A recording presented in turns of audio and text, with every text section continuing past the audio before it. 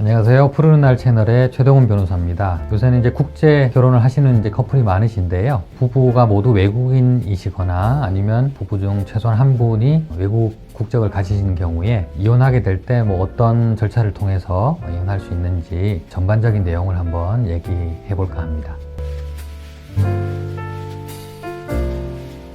외국인 이혼 소송과 내국인 이혼 소송이 많이 다른가요? 본격적으로 이혼 소송 절차에 들어가면 큰 차이는 없습니다. 다루게 되는 쟁점은 거의 같다고 보시면 되는데, 이혼을 할 것인가, 위자료, 재산 분할은 어떻게 할 것인가, 미성년 자녀가 있다면 친권자 양육자는 누구로 정하고 양육비는 얼마를 주며 면접 교섭은 어떻게 할 것인가, 이런 쟁점들을 보통 다루게 되는데, 국내 이혼이든 외국인 이혼이든 그 쟁점에 대해서는 큰 차이는 없고요. 다만 이제 절차적으로 약간의 특수한 절차가 들어가는데, 외국인 이혼 같은 경우는 그 나라와 나라 사이의 문제이다 보니까 어느 나라 법원에서 이 이혼 사건을 다룰 것인가, 우리나라 법원에서 이혼 사건을 진행할 수 있는가, 만약에 우리나라 법원에서 진행한다면 어느 나라 법을 적용할 것인가, 이런 약간의 특수한 문제들이 생기게 됩니다. 그래서 이제 외국인 사건 같은 경우는 첫 번째로는 재판 관할 문제가 생기거든요. 흔히 미국에 계시던 부부가 우리나라에 와서 이혼 소송을 하고 싶다, 가능하냐, 아니면 우리나라에서 국제 이혼을 했는데 외국인 배우자가 가출했다, 우리나라 법원에서 할 수 있냐, 이런 문의를 많이 하시거든요. 우리나라 법원에서 할 수 있느냐, 이게 이제 재판 관할의 문제인데, 부부 중에 한 분이 국적이 우리나라면 특별한 어려움 없이 우리나라에서 진행할 수 있습니다. 그런데 이제 두 분 다 외국인인 경우가 있겠죠. 그런 경우는 우리나라 법원이 그 외국인 부부하고 어떤 실질적인 어떤 관련이 있는가, 그걸 따져봐서 받아주기도 하고 안 받아주기도 하거든요. 예를 들어서 부부가 미국에 사는 미국인 부부인데 뜬금없이 우리나라 와서 이혼 소송하겠다, 그거는 다 안 되겠죠, 당연히. 그런데 이 외국인 부부일지라도 우리나라 와서 외국인 등록을 하고 여기서 직장 생활을 좀 한다거나 한 그런 우리나라와 어떤 실질적인 관련이 있다, 그러면 우리나라에서 진행할 수 있습니다. 외국인 부부더라도요. 그러면 우리나라에서 진행할 때 그러면 어느 나라 법이 또 적용이 되느냐, 이 경우도 크게 어렵지는 않은데, 한국 국적인 이제 사람이 한 명이라도 끼어 있으면 부부 중에 우리나라 법 적용합니다. 그러면 결국 내국인 이혼이랑 절차가 똑같아지거든요. 그런데 이제 완전히 외국인들, 부부가 모두 외국 국적인 경우에는 그 부부의 본국법을 따르게 되어 있는데, 그런 경우는 약간 특수성이 있어요. 어느 나라 국적인지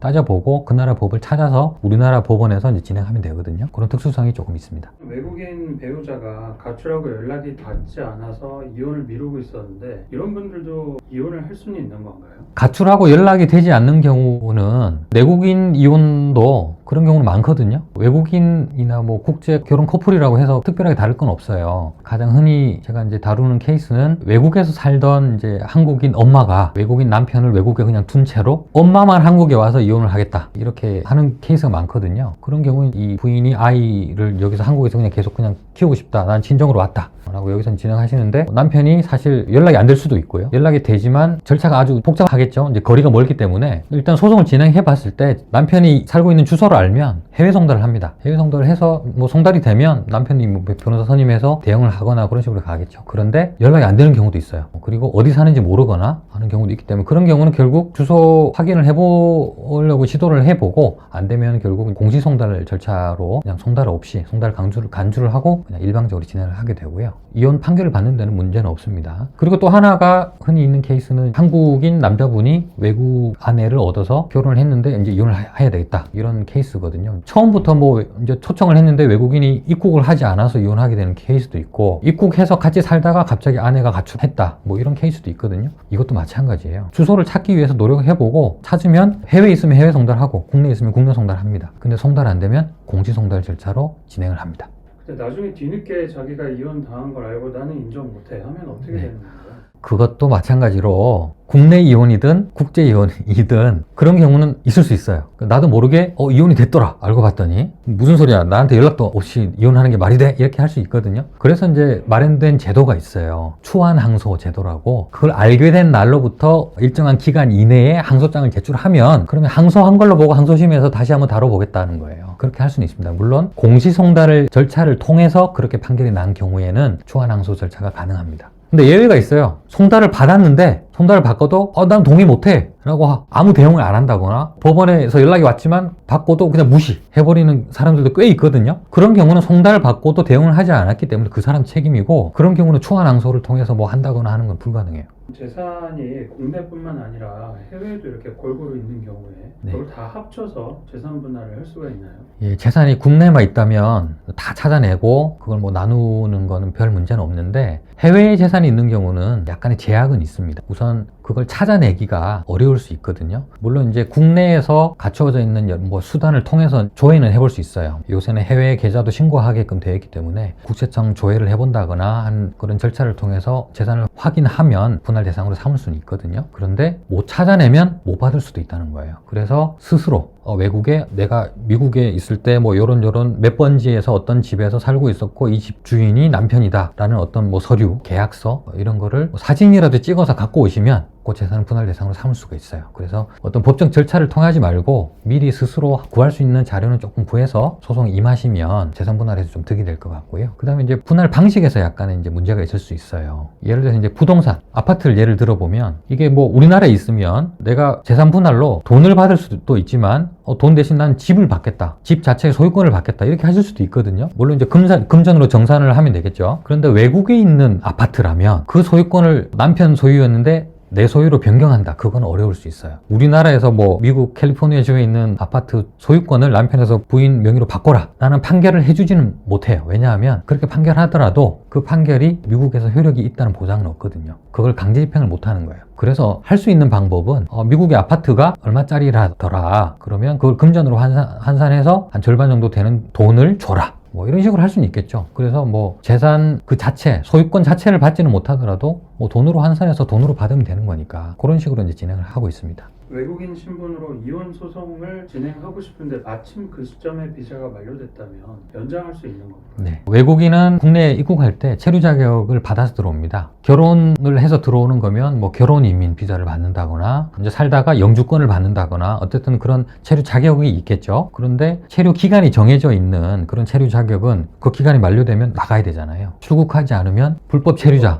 불법 체류자로 전락을 해서 추방당하겠죠. 추방당하면 들어오기 또 어렵거든요. 체류 기간이 거의 다 돼가는데 이제 막 소송이 된 거예요. 소송을 막 이혼 소송을 막 하고 있는데 남편한테 나 이거 당신 도장이 있어야 되는데 찍어줘. 그래야 이제 체류 자격 연장할 수 있대. 찍어주나요? 안 찍어주죠. 그러면 그냥 추방시켜버리려고 하는 거예요. 그런 경우에 그러면 예를 들어서 남편의 가정폭력에 의해서 어쩔 수 없이 이 외국인이 도망쳐 나와 있는데 체류기간이 다 됐고 이혼소송 중이고 남편이 도장을 안 찍어준다고 해서 추방시킨다. 그러면 그건 좀 너무 과도한 거 아니냐, 너무 좀 비인간적이다. 그런 측면에서 우리 출입국 관리법에서 예외를 두고 있습니다. 가정폭력이나 뭐 어떤 성폭력이나 뭐 학대 이런 걸로 인해서 수사를 진행 중이라거나 재판 진행 중일 때는 연장해 줄 수 있다. 그런 뭐 소송이 진행 중이다 이런 사유를 소명하면 체류기간이 연장이 됩니다. 그리고 피해가 발생했다거나 그런 게 또 밝혀지면 추가로 연장은 되겠죠. 소송을 했다고 해서 뭐 남편이 동의하지 않는다고 해서 무조건 뭐 나가야 된다 뭐 그런 건 아닙니다. 해외에 있는 배우자랑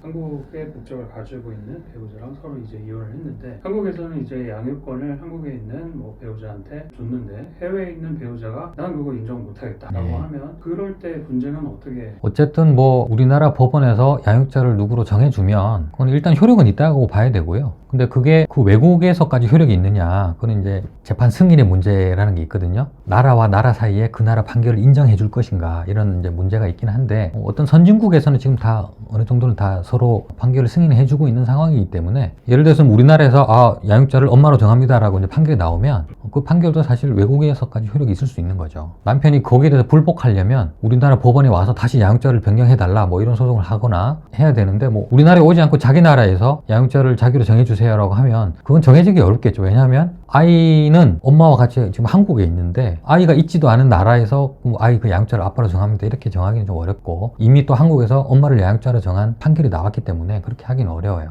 관련해서 가장 많이 이제 생기고 있는 문제가 헤이그 협약에 기한 아동 반환 사건하고 맞물리는 그런 케이스가 되는데 외국에서 외국인 배우자랑 결혼해서 아이를 낳고 살다가 갑자기 이제 이 한국인 엄마가 아이를 데리고 한국으로 와서 여기서 이제 이혼소송을 한 거예요. 그러면 여기서 이제 엄마는 여기서 양육자로 지정받아서 아이를 키우기를 원하겠죠. 근데 남편은 또 미국에서 자기가 양육자로 판정을 받고 미국에서 키우기를 또 원하겠죠. 그래서 서로 뭐 아동을 반환하라 마라 뭐 이런 소송이 또 생기기도 하거든요. 아동 반환 재판의 결과에 따라서 이혼과 양육자 판결이 운명이 또 이제 결정되는 문제가 있는데, 그 헤이그 협약에 의한 아동 반환 사건에 대해서는 제가 다음 기회에 또 한번 다뤄볼 생각입니다. 국제 이혼의 분쟁이나 여러 가지 머리가 아픈 측면이 있는 분들께 조언 부탁드립니다. 네, 뭐 내국인 간의 이혼은 사실 뭐 협의만 되면 변호사 없이도 협의혼 하실 수 있죠. 물론 이제 재산 분할 문제가 이제 개입이 되면 변호사 조언을 좀 조력을 받아서 뭐 조정이나 이런 절차를 통해서 해결하기도 하는데, 국제 이혼 같은 경우에는 약간의 특수성이 있어요. 이제 국제사법이나 이제 이런 특수한 분야에 대한 이제 지식이 좀 있어야 사건을 진행해 나갈 수 있고, 또 협의 이혼도 이제 불가능하거든요. 그런 경우는. 그래서 소송을 통해서 국제사법 지식을 이제 동원해서 진행해야 되기 때문에 내가 스스로 이걸 다 하겠다고 하는 거는 좀 무리일 수 있어요. 사실은 다 알고 계시면 뭐 진행 못하는 건 아닌데, 현실적으로